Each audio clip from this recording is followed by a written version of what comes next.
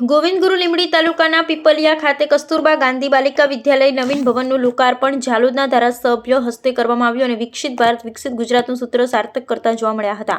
આજરોજ દાહોદ જિલ્લાના ગોવિંદગુરુ લીંબડી તાલુકાના પીપલિયા ખાતે કસ્તુરબા ગાંધી બાલિકા વિદ્યાલયનું લોકાર્પણ 130 વિધાનસભાના ધારાસભ્ય મહેશભાઈ ભુરિયા દ્વારા દીપ પ્રગટાવીને કરવામાં આવ્યું હતું। આ કાર્યક્રમ માનનીય શિક્ષણ મંત્રી રીવાબા જાડેજાનો હતો, પરંતુ અનિવાર્ય સંજોગોસર કાર્યક્રમમાં હાજર રહી શક્યા ન હતા। સાંસ્કૃતિક કાર્યક્રમ રૂપાખેડા થાળા સંજેલી ડબલારા બલૈયા વાંગડ કસ્તુરબા ગાંધી બાલિકા વિદ્યાલયની બાલિકાઓ દ્વારા ત્રિવેણી સંગમ કાર્યક્રમમાં હસ્તકલા પ્રદર્શનનું આયોજન કરવામાં આવ્યું હતું।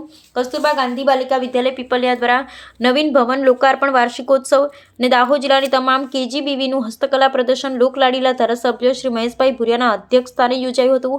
જિલ્લા પંચાયતના સભ્ય સુનિલભાઈ હટેલા, જિલ્લા જેન્ડર ગર્લ્સ એજ્યુકેશન દાહોદ જિલ્લાના એન્જિનિયર શ્રી આશિષભાઈ જૈન, ટીઆરપી શ્રી ડામોર દેવીચંદભાઈ, જિલ્લા મહિલા મોરચાના મહામંત્રી શ્રી રીટાબેન નીનામા, સુમિત્રાબેન ડામોર પીપલિયા, સેજલબેન દિવેશભાઈ અમલિયાર, બીઆરસી ઝાલોદ કલ્પેશભાઈ મુનિયા, વિશ્વકર્મા એજન્સી કમલેશ લાઇજન અધિકારી શ્રી ડામોરની ઉપસ્થિતિ જોવા મળી હતી અને તમામ સાંસ્કૃતિક કાર્યક્રમમાં ભાગ લેનાર બાલિકાઓને ધારાસભ્ય શ્રી મહેશભાઈ ભુરિયા દ્વારા દરેકને 5,000 રોકડ રકમ આપી પ્રોત્સાહિત કરવામાં આવ્યા હતા અને આખા કાર્યક્રમનું સ્ટેજ સંચાલન દયારામભાઈ મકવાણા દ્વારા કરવામાં આવ્યું હતું અને ધારાસભ્ય શ્રી મહેશભાઈ ભુરિયા દ્વારા 1,05,00,000ની ગ્રાન્ટ કિશન ચેડ અને સ્કૂલ માટે કમ્પાઉન્ડ વોલ 25 લાખની પીપલિયા આરસીસી રોડ પારેવા સુધી બનાવવાની ખાતરી આપી છે। શાળા માટે ઇલાયદી ઇલેક્ટ્રિક ટીચી આપવાની પણ વાત કરી હતી। રિપોર્ટર શ્રીકાંતભાઈ કે વહોનિયા સાથે સુરેશભાઈ મકવાણા, ગુજરાત બ્યુરો ચીફ।